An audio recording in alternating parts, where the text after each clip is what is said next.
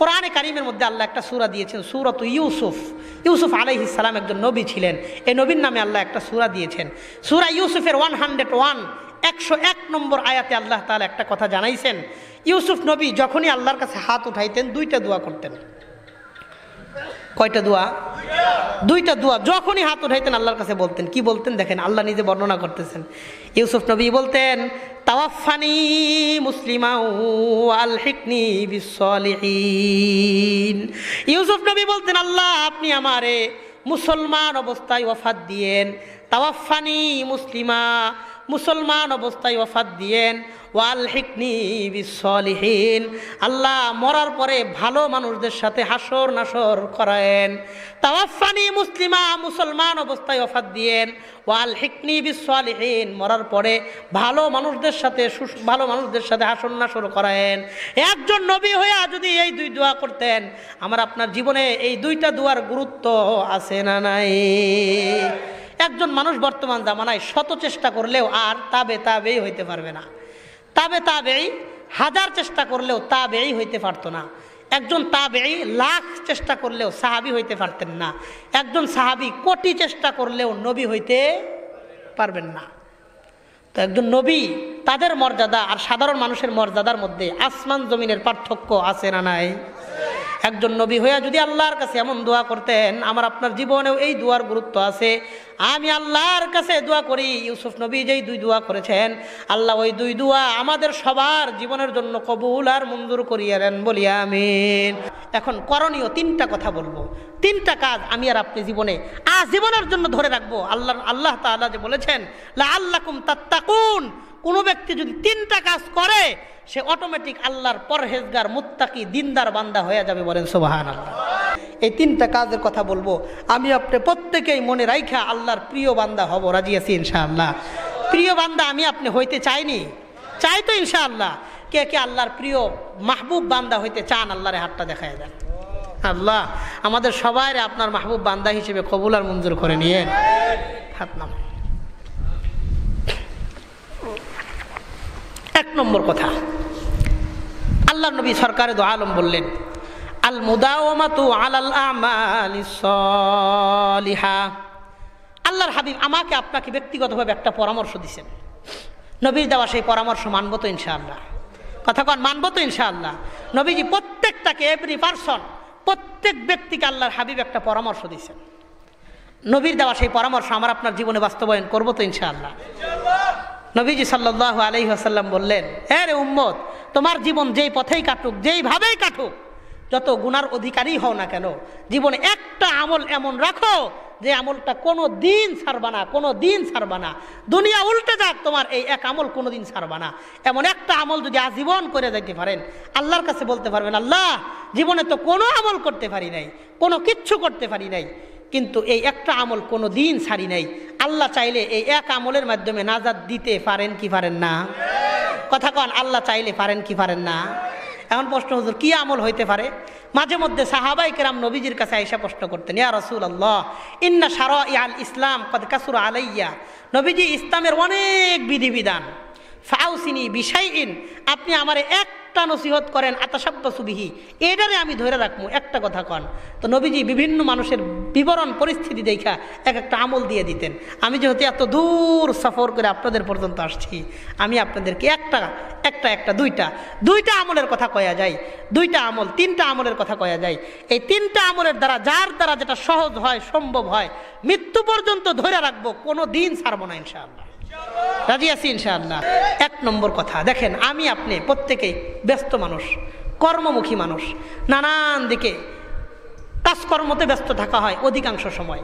কেউ ক্ষেত খামারে কাজ করে, কেউ রাস্তাঘাটে কাজ করে, কেউ বা দোকান করে, ব্যবসা বাণিজ্য করে, কেউ অফিস আদালতে চাকরি করে, কেউ প্রতিষ্ঠানে সরকারি চাকরি করে, বেসরকারি চাকরি করে, কেউ রাজমিস্ত্রি, কেউ রং মিস্ত্রি, কেউ কাঠ মিস্ত্রি, কেউ অটো চালায়, ভ্যান চালায়, সিএনজি চালায়, প্রাইভেট চালায়, ট্রাক বাস চালায়। নানান রকমের শ্রেণী পেশার মানুষ এই পূর্ব দিরাই এলাকার মধ্যে আছে না নাই? আমি আপনি ব্যস্ততার সঙ্গ দিতে গিয়ে হয়তোবা 5 ওয়াক্ত নামাজ মসজিদে এসে পড়তে পারি না, কিন্তু জুমার দিনে কম বেশি সবাই মসজিদে এসে থাকি, কথা ঠিক আছে? আমি আপনাদের কাছে একটা অনুরোধ করে যাব, আজ থেকে যেখানেই জুমার নামাজ পড়েন, এই মসজিদে নামাজ পড়েন, বাজার মসজিদে পড়েন, মার্কাজ মসজিদে পড়েন, কেন্দ্রীয় মসজিদে পড়েন, জামে মসজিদে পড়েন, যেখানেই জুমা পড়েন দেখবেন জুমার দিনে আমার আপনার সামনে দিয়ে ছোট্ট একটা দান বাক্স যায়, ছোট্ট একটা দান বাক্স যায় আমার আপনার সামনে দিয়া। যেখানেই জুমা পড়েন ওই দান বাক্সর মধ্যে 10 টাকা হইলেও দান করবো ইনশাআল্লাহ। রাজি আছি ইনশাআল্লাহ? 10 টাকা হইলেও প্রত্যেক জুমায় 7 দিনে মাত্র একবার 10 টাকা হইলেও দান করবো। রাজি আছি ইনশাআল্লাহ? কথা কন, রাজি আছি ইনশাআল্লাহ? যদি 10 টাকা করে দান করেন মাসে মাত্র 40 টাকা। কয় টাকা? 20 টাকা করে দান করলে মাসে মাত্র 80 টাকা। 20 টাকার কি বর্তমানে কি হাইসিয়ত আছে? এই দিরাই বাজারে যায় সবচাইতে নর্মাল একটা হোটেলে সকালে বসে নাস্তা করার জন্য বর্তমানে সকালের নাস্তা আর 20 টাকায় হয় না, হয় না। আমি অনুরোধ করে যাবো এলাকার যত যুবক ভাইয়েরা আছেন, পর্দার অন্তরালের মা বোনেরা শুনতেছেন, মুরব্বী বাবারা শুনতেছেন, যেখানেই জুমা পড়েন অন্তত 10 টাকা হলেও দান করবো ইনশাআল্লাহ। রাজি আছি ইনশাআল্লাহ? আমি বাংলাদেশে লেখাপড়া করেছি, ঢাকা যাত্রাবাড়ি মাদ্রাসায় 7 বছর। যাত্রাবাড়ি থেকে শেষ করে আমি দারুল উলুম দেওবন্দে গিয়েছি, দারুল উলুম দেওবন্দে 2 বছর লেখাপড়া করেছি। ওখানে ফারাগাত হওয়ার পরে আমি ঢাকা লালবাগে এসে মুফতি আমিনী রহমতুল্লাহ আলাইহি মাদ্রাসায় 1 বছর ইফতা বিভাগে পড়েছি। এই হলো আমার লেখাপড়া। আমি যখন যাত্রাবাড়ি মাদ্রাসায় পড়ি আমার এক ওস্তাদ এই কথাটা বলেছিলেন, হুজুর বলেছিলেন যে আমি যেখানেই জুমা পড়ি অথবা পড়াই প্রত্যেক মসজিদে হুজুর 100 টাকা দান করেন। ওই সময় তো হুজুর ওস্তাদের লেভেলে ছিলেন, আমি তো ছিলাম ছাত্র। তখন থেকে আমি নিয়ত করি আমি যেখানেই জুমা পড়ি অথবা আমার মসজিদে পড়াই, গাজীপুর মাওনা মাস্টার বাড়ি এলাকা, গড়গড়িয়া মাস্টার বাড়ি, তো ওইখানে আমি জুমা পড়াই, তো আমার মসজিদে পড়াই অথবা পড়ি প্রত্যেক মসজিদে আমি 50 টাকা দান করি। তো 50 টাকা করে দিলে পুরা মাসে হয় মাত্র 200 টাকা, কোনো মাসে 5 জুমা হইলে হয় 250 টাকা। লাগাতার আমল করলে কি লাভ? আল্লাহর হাবিবের একটা হাদিস শুনেন, বুখারী শরীফের হাদিসের বর্ণনা, 6403 নম্বর হাদিসের বর্ণনা, 6403 নম্বর হাদিসের বর্ণনা। আল্লাহর হাবিব সরকারে দো আলম বলেন, হাদিসটা ভালো করে শোনেন, নবীজি বলেন, ইন্না আহাব্বাল আমালি ইলাল্লাহি মা দামা ওয়া ইন কাল্লা। আল্লাহর কাছে ওই আমলটাই সবচাইতে বেশি প্রিয় যে আমলটা বান্দা নিয়মিত করতে থাকে, যদিও আমলটা হয় ছোট। আমলটা ছোট কিন্তু বান্দা নিয়মিত এই আমল করার কারণে এই ছোট্ট আমলটাই আল্লাহর কাছে সবচাইতে বেশি প্রিয় হয়ে যায়। বলেন সুবহানাল্লাহ। আল্লাহর কাছে এই আমলটাই সবচেয়ে বেশি প্রিয় হয়ে যায়। এই জন্য 1 নম্বর কথা, যেখানেই জুমা পড়বো 10 টাকা হইলেও দান করবো। রাজি আছি ইনশাআল্লাহ? কোনো জুমায় যদি মিস হয়, পকেটে টাকা নাই, নতুন জামা পরে গেছেন, তাড়াহুড়া করে গেছেন, পকেটে টাকা নাই, অথবা 500 টাকার নোট, 1000 টাকার নোট, 10 টাকা 15 টাকা 5 টাকা দেওয়ার সুরত নাই, পরের জুমায় এটা কাজা করব, 1 মাসেরটা আর 1 মাসে নিব না ইনশাআল্লাহ। রাজি আছি ইনশাআল্লাহ? প্রত্যেক মাসেরটা প্রত্যেক মাসে ক্লিয়ার করার চেষ্টা করব। রাজি আছি ইনশাআল্লাহ? আল্লাহ আমাদের তৌফিক দান করেন। 2 নম্বর কথা, আল্লাহর হাবিব সরকার দো আলম বললেন, মান সাল্লামা আলা 20 রাজুলান ফি ইয়াউমিন আও লাইলাতিন। আল্লাহর নবী বললেন, আমার উম্মতের মধ্যে কোনো ব্যক্তি যদি দিনে রাত্রে মিলাইয়া 20 জন মানুষকে সালাম দেয়, বলেন তো কয়জন মানুষকে সালাম দেয়? আল্লাহর হাবিব বললেন, মান সাল্লামা মানে সালাম দেওয়া। আল্লাহর নবী বললেন, মান সাল্লামা আলা 20 রাজুলান ফি ইয়াউমিন আও লাইলা। আমার উম্মতের মধ্যে কোনো ব্যক্তি যদি দিনে রাত্রে মিলাইয়া 20 জন মানুষকে সালাম দেয়, ইন মাতা মিন ইয়াউমিহি যালিকা আও লাইলাতিহি তিলকা, ওই লোকটা যদি সেই দিনে মারা যায় অথবা সেই রাত্রে মারা যায়, আল্লাহ ওই লোকটাকে বিনা হিসেবে আল্লাহর জান্নাতের মেহমান বানায় নিবে। এই জন্য দিনে রাত্রে 24 ঘন্টা সময়ের মধ্যে 20 জন মানুষের সালাম দিতে পারবো তো ইনশাআল্লাহ? পারবো তো ইনশাআল্লাহ? এই যে দিনে রাত্রে কত মানুষের সাথে ফোনে কথা কন, শুরুতে একবার সালাম দিয়ে কথা কইবেন, আসসালামু আলাইকুম ওয়া রাহমাতুল্লাহ বলে কথা শুরু করবেন, কথা শেষ ঠিক আছে দোয়া চাই, আসসালামু আলাইকুম ওয়া রাহমাতুল্লাহ বলে ফোন রাইখে দিবেন। 10 জন মানুষের লগেও যদি কথা কন, শুরুতে একবার সালাম, শেষে একবার সালাম, সালাম হয় কয়বার? আমি তো বলি এই মোবাইল তো আমারে আপনারা জাহান্নামে লয়ে যাইতেছে, এটারে আস্তে আস্তে জান্নাতের কাজে ব্যবহার করেন। রাজি আছি ইনশাআল্লাহ? রাজি আছি ইনশাআল্লাহ? 2টা আমলের কথা বললাম। 1 নম্বর, যেখানেই জুমা পড়ি 10 টাকা হলেও দান করব। 2 নম্বর দিনে রাত্রে কমপক্ষে 20 জন মানুষকে সালাম দেওয়ার চেষ্টা করব।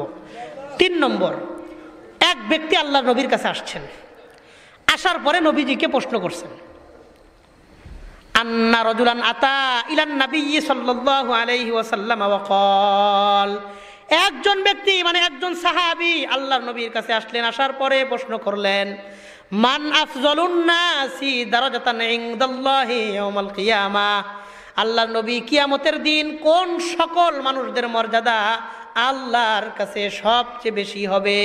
বলেন তো আমি আপনি আমরা প্রত্যেকেই আমার আপনার মর্যাদা কিয়ামতের দিন আল্লাহর কাছে সবচেয়ে বেশি হোক, এটা চাই কি চাই না? আমি আপনি প্রত্যেকেই তো চাই যে আমার আপনার মর্যাদা ওই সমস্ত মানুষদের মধ্যে থাকুক যাদের মর্যাদা আল্লাহর কাছে সবচেয়ে বেশি হবে। সাহাবী প্রশ্ন করলেন, নবী কোন মানুষদের মর্যাদা আল্লাহর কাছে সবচেয়ে বেশি হবে? সাহাবী তার কৌতূহল থেকে জিজ্ঞাসা করেছেন, কাদের মর্যাদা সবচেয়ে বেশি হবে?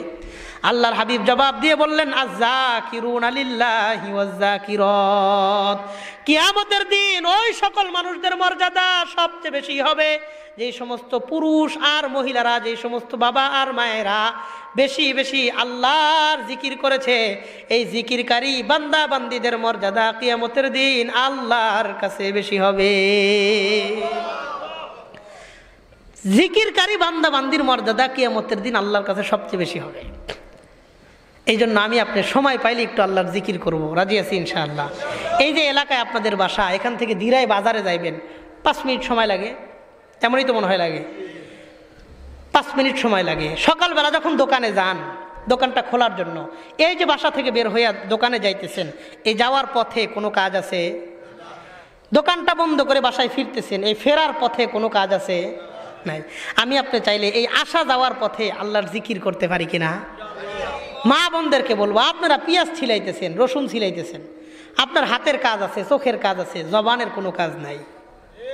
আলু ছিলাইতেছেন, তরকারি কুটতেছেন, কাটতেছেন, মাছ কাটতেছেন, হাতের কাজ আছে, চোখের কাজ আছে, জবানের কোনো কাজ নাই।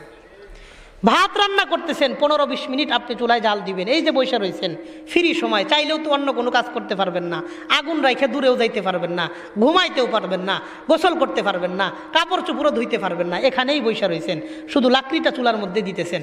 হাতের কাজ আছে, জবানের কোনো কাজ আছে? মা বোনেরা চাইলে এই ফ্রি সময়টুকু আল্লাহর জিকির করতে পারেন কি পারেন না? কথা কন, মা বোনদের দ্বারা এই সময়টা কাজে লাগানো অসম্ভব না সম্ভব? দিনে কমপক্ষে 3 বার, না হইলে অন্তত 2 বার হয়। 2 বার ভাত রান্না করতে 10-20 মিনিট করেও যদি লাগে, 15 মিনিটও যদি ধরা হয়, এই 15 মিনিট আধা ঘন্টা সময় হয়ে যায়। কথা ঠিক আছে? আল্লাহ মা বোনদেরকে এই সময়টা কাজে লাগানোর তৌফিক দান করেন। 3টা আমলের কথা বলছি।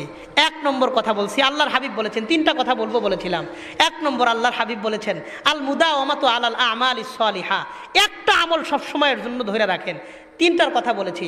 1 নম্বর, যেখানেই জুমা পড়বো 10 টাকা হলেও মসজিদের দান বক্সে দান করব। 2 নম্বর, দিনে রাত্রে কমপক্ষে 20 জনের সালাম দেওয়ার চেষ্টা করব। 3 নম্বর, সাথে একটা তসবিহ রাখবো, সময় পাইলে জিকির করবো কার?